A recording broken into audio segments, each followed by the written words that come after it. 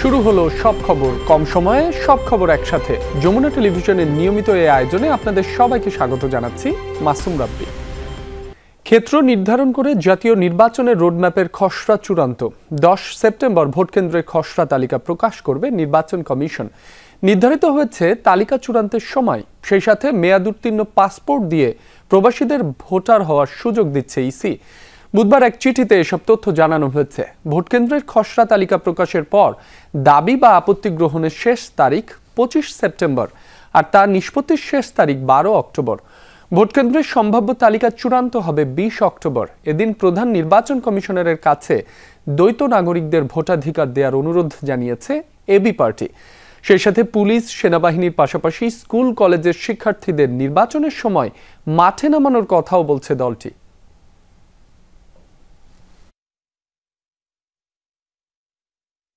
আইনশৃঙ্খলা পরিস্থিতিটা আমাদের আইনশৃঙ্খলার দায়িত্বে নিয়োজিত পুলিশ, আর্মি, তারপর আনসার যারা আছেন, আমাদের আশঙ্কা যে তারা সঠিকভাবে সেটা নিয়ন্ত্রণ করতে নাও পারতে পারেন। ফলে আমরা একটা প্রস্তাব দিয়েছি ওনাদেরকে, যারা ভোটার নয় এরকম তরুণ ছাত্র যারা আছে, বিশেষ করে স্কুল স্টুডেন্ট যারা আছে, তাদেরকে এক ধরনের কেন্দ্রভিত্তিক স্বেচ্ছাসেবক নির্বাচন কমিশন নিয়োগ করতে পারে কিনা।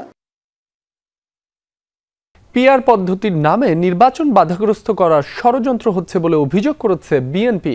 পাশাপাশি কোনো অধিকারে নির্বাচন বানচালের হুঙ্কার দেয়া হচ্ছে তা নিয়েও প্রশ্ন তোলেন দলটির নেতারা। বলেন, কোনো কিছু চাপিয়ে দিলেই জনগণ মেনে নেবে না। 47তম প্রতিষ্ঠাবার্ষিকী উদযাপনের উপলক্ষে বুধবার সভা শেষে বলেন, সংবিধান সংশোধন ছাড়া পিআর পদ্ধতিতে ভোট হওয়ার কোনো সুযোগ নেই বলেও জানান তারা।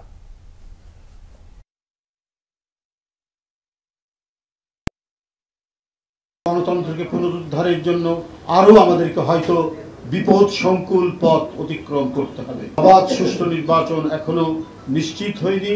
নানা ধরনের আমরা চক্রান্তের কথা শুনি। 1 সেপ্টেম্বর দেশের সকল মহানগর এবং জেলায় আলোচনা সভা এবং বর্ণাঢ্য র্যালি অনুষ্ঠিত হবে। 2 সেপ্টেম্বর বিএনপি কেন্দ্রীয় কার্যালয়ের সামনে থেকে বর্ণাঢ্য র্যালি বের করা হবে।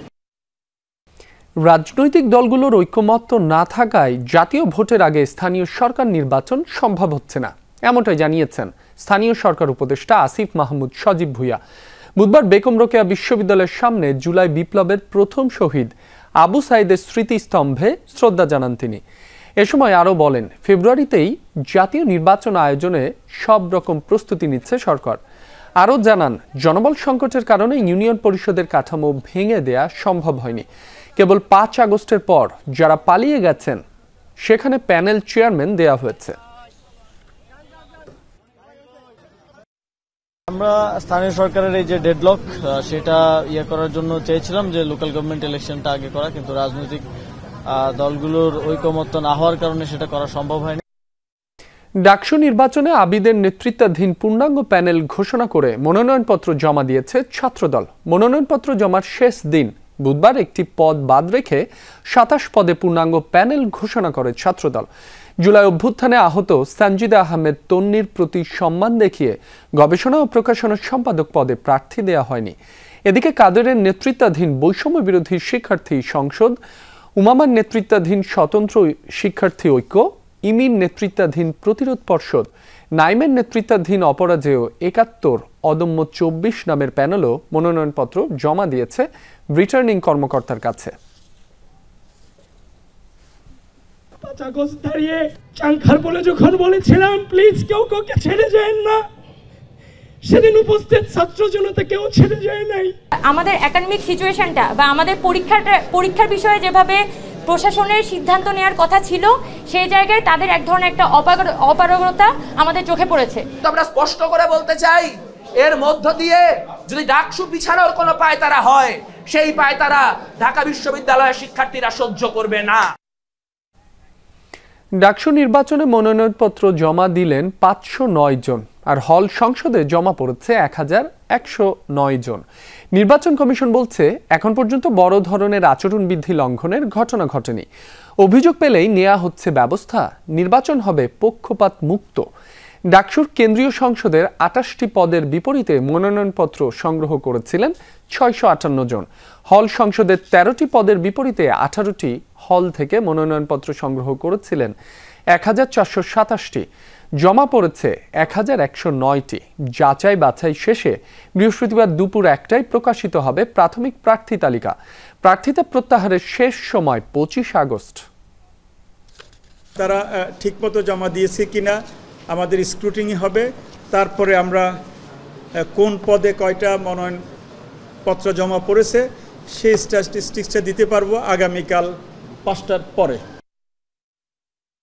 ভারতের ভূখণ্ডে বাংলাদেশে কার্যক্রম নিষিদ্ধ আওয়ামী লীগের কোনো তৎপরতা সম্পর্কে অবগত নয় দিল্লি, এমন দাবি করেছে ভারতীয় পররাষ্ট্র মন্ত্রণালয়। মুখপাত্র রণধীর জয়সওয়াল এক বিবৃতিতে এমনটি জানান। তিনি বলেন, আওয়ামী লীগের নেতাকর্মীদের বাংলাদেশ বিরোধী কর্মকাণ্ড বা ভারতীয় আইন পরিপন্থী কোনো কার্যকলাপ সম্পর্কে অবগত নয় তার সরকার। ভারতীয় ভূখণ্ড থেকে অন্য কোনো দেশের বিরুদ্ধে রাজনৈতিক কার্যকলাপ সরকার পরিচালিত হতে দেয় না বলেও উল্লেখ করেন তিনি। এর আগে এই ইস্যুতে বিবৃতি দেয় বাংলাদেশের পররাষ্ট্র মন্ত্রণালয়। বিবৃতিতে বাংলাদেশে কার্যক্রম নিষিদ্ধ হওয়ায় কলকাতায় আওয়ামী লীগের কার্যালয় বন্ধের আহ্বান জানানো হয়। বলা হয়, এতে বাংলাদেশ ভারত ঘনিষ্ঠ সম্পর্ক ক্ষতিগ্রস্ত হওয়ার ঝুঁকি তৈরি হয়েছে।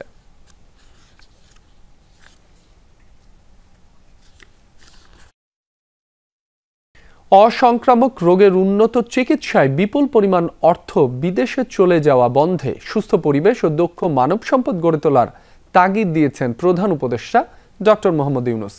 বুধবার স্বাস্থ্য নিয়ে ৩৫ মন্ত্রণালয়ের যৌথ ঘোষণাপত্র স্বাক্ষর অনুষ্ঠানে এ তাগিদ দেন তিনি। এ ব্যাপারে সব মন্ত্রণালয়কে সহযোগিতার নির্দেশ দিয়েছেন প্রধান উপদেষ্টা। একই সাথে তরুণ সমাজকে তামাকের বিরুদ্ধে প্রতিরোধ গড়ে তোলার আহ্বানও জানান ডক্টর মোহাম্মদ ইউনূস। প্রধান উপদেষ্টা বলেন, তামাকের বিরুদ্ধে তরুণ সমাজকে সচেতন করা না গেলে আগামী প্রজন্মের ভবিষ্যৎ অনিশ্চিত হয়ে পড়বে।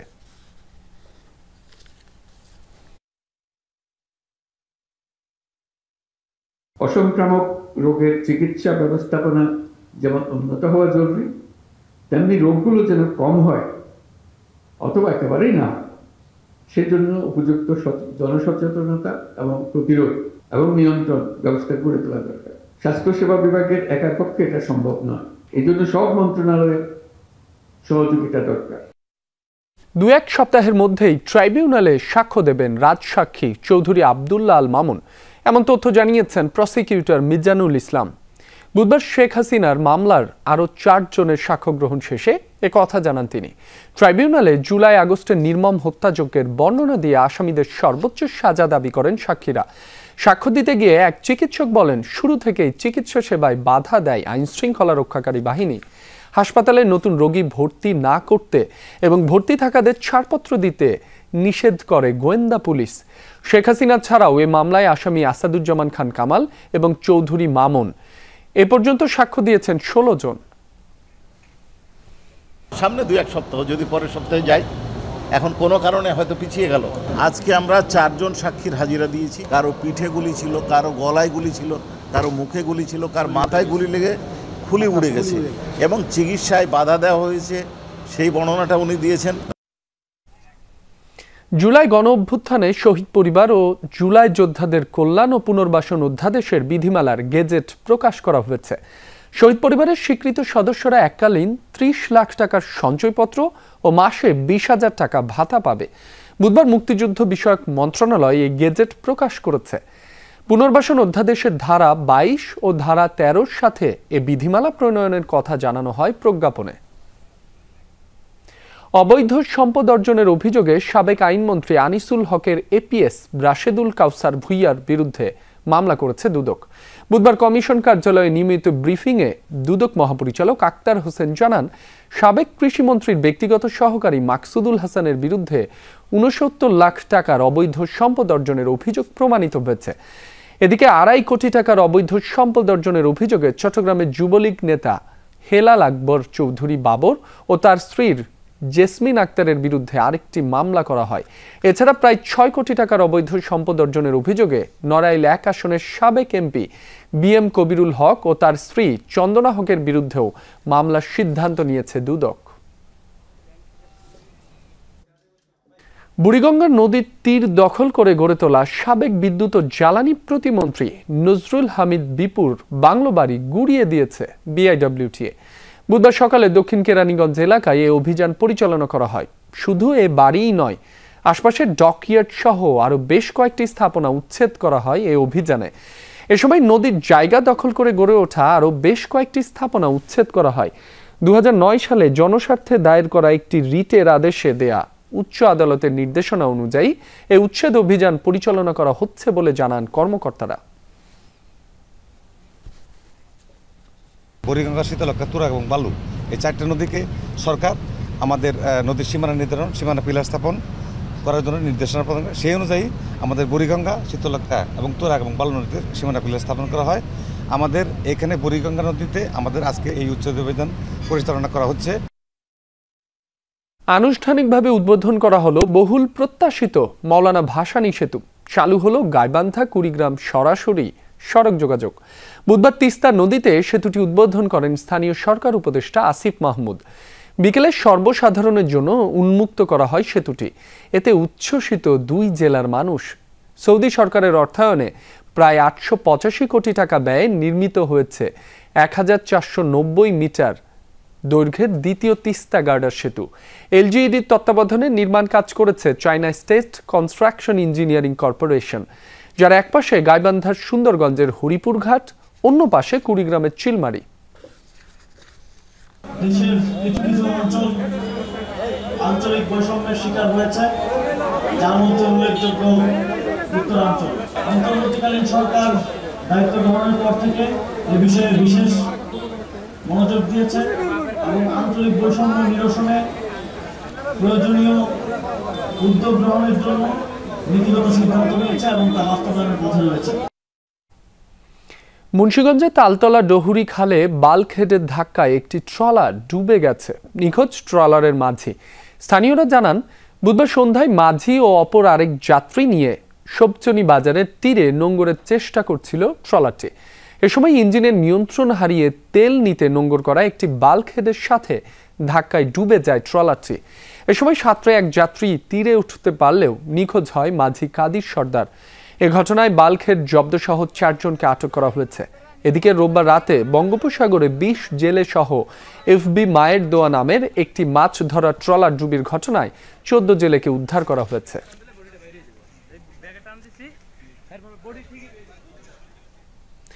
আশুলিয়ায় বিদেশি সিগারেটের চালান পাচারকালে 2 ব্যবসায়ীকে আটক করেছে যৌথ বাহিনী। পুলিশ জানায়, গোপন তথ্যের ভিত্তিতে বুধবার বিকালে বাইপাইল এলাকায় তল্লাশি চৌকি বসায় যৌথ বাহিনী।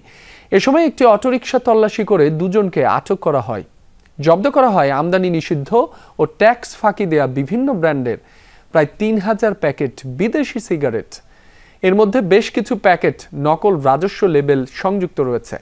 সিগারেটগুলোর মূল্য আনুমানিক 4 লাখ টাকা। আটককৃতরা প্রাথমিক জিজ্ঞাসাবাদে সিগারেটের চালান বাইপাইল থেকে টাঙ্গাইল নিয়ে যাওয়ার কথা স্বীকার করে নেন। কাপ্তাই লেকের পানি আবারও বিপদসীমার কাছাকাছি পৌঁছায় দ্বিতীয় দফায় পানি ছাড়া শুরু করেছে কর্ণফুলী বিদ্যুৎ কেন্দ্র কর্তৃপক্ষ। বুধবার রাত 8টা থেকে কাপ্তাই বাঁধের স্পিলওয়ের 16টি গেট 6 ইঞ্চি করে খুলে দিয়ে পানি ছাড়া শুরু হয়। এতে প্রতি সেকেন্ডে প্রায় 9000 কিউসেক পানি কর্ণফুলীতে প্রবাহিত হচ্ছে। কর্ণফুলী পানি বিদ্যুৎ কেন্দ্র জানায়, মঙ্গলবার রাত 10টায় পানি ছাড়ার কথা থাকলেও লেকের পানি প্রবাহের পরিস্থিতি বিবেচনায় তা একদিন পিছিয়ে বুধবার রাত 8টায় ছাড়া হয়। বর্তমানে লেকের প্রবাহ ও বৃষ্টিপাত পরিস্থিতি নিবিড়ভাবে পর্যবেক্ষণ করা হচ্ছে। লেকের পানি অস্বাভাবিকভাবে বৃদ্ধি পেলে ধাপে ধাপে আরও বেশি পানি ছাড়ার জন্য স্পিলওয়ের গেট খোলা হবে।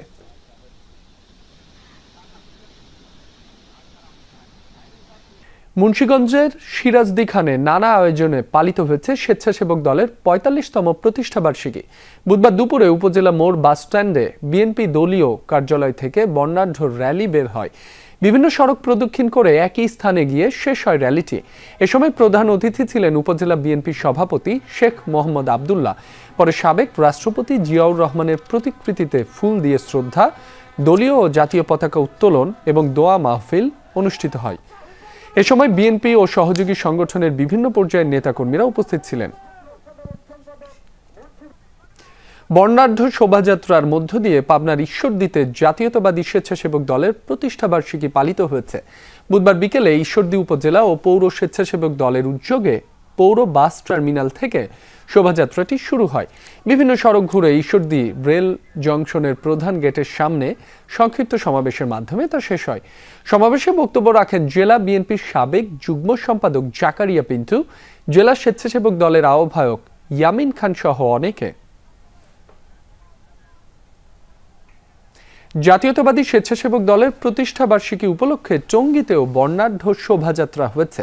বুধবার ঢাকা ময়মনসিংহ মহাসড়কের টঙ্গী কলেজ গেট এলাকা থেকে পশ্চিম থানা স্বেচ্ছাসেবক দলের ব্যানারে নেতাকর্মীরা খণ্ড খণ্ড মিছিল নিয়ে কলেজ গেট এসে জড়ো হয়। এ সময় প্রতিষ্ঠাবার্ষিকী অনুষ্ঠানে যোগ দেন মহানগর স্বেচ্ছাসেবক দলের আহ্বায়ক শাহাদাত হোসেন শাহিন। সাবেক কুমিল্লা ৯ আসন পুনর্বহালের দাবিতে ঢাকা চট্টগ্রাম মহাসড়কে মশাল মিছিল করেছে বিএনপির নেতাকর্মীরা। বুধবার সন্ধ্যায় এই মিছিলে অংশ নেয় দক্ষিণ জেলা বিএনপির ছাত্রদল, যুবদল, স্বেচ্ছাসেবক দল সহ বিএনপির স্থানীয় নেতাকর্মীরা। পরে ঢাকা চট্টগ্রাম মহাসড়কের পার্শ্ববর্তী এলাকায় সংক্ষিপ্ত সমাবেশে বক্তব্য রাখেন সাবেক সংসদ সদস্য মনিরুল হক চৌধুরী সমর্থিত কর্মীরা। তারা বলেন, সম্প্রতি নির্বাচন কমিশন ঘোষিত কুমিল্লা ৯ আসনের নতুন সীমানা বিন্যাস সম্পূর্ণ অযৌক্তিক। তাই সাবেক আসন সদর দক্ষিণ, লালমাই, নাঙ্গলকোট নিয়ে গঠিত কুমিল্লা ৯-এর পুনর্বহাল চান তারা। চীনের সাংহাই ও বেইজিং শহরে হয়ে গেল স্টেইনলেস স্টিল পণ্য প্রস্তুতকারী প্রতিষ্ঠান স্টিল টেক ইন্ডাস্ট্রিজের বার্ষিক ডিলার কনফারেন্স 2025। বাংলাদেশের বিভিন্ন প্রান্ত থেকে ডিলার ও অংশীদারদের উপস্থিতিতে আয়োজিত হয় এই কনফারেন্স। ব্র্যান্ডের ভবিষ্যৎ পরিকল্পনা, নতুন পণ্যের সূচনা এবং বাজার সম্প্রসারণ কৌশল নিয়ে আলোচনাও হয় কনফারেন্সে। এছাড়া ব্যবসায়িক অংশীদারিত্ব বাড়ানো নিয়েও মতবিনিময় হয়। এই ছিল সব খবরের আজকের আয়োজনে। এতক্ষণ যারা সাথে ছিলেন সবাইকে ধন্যবাদ।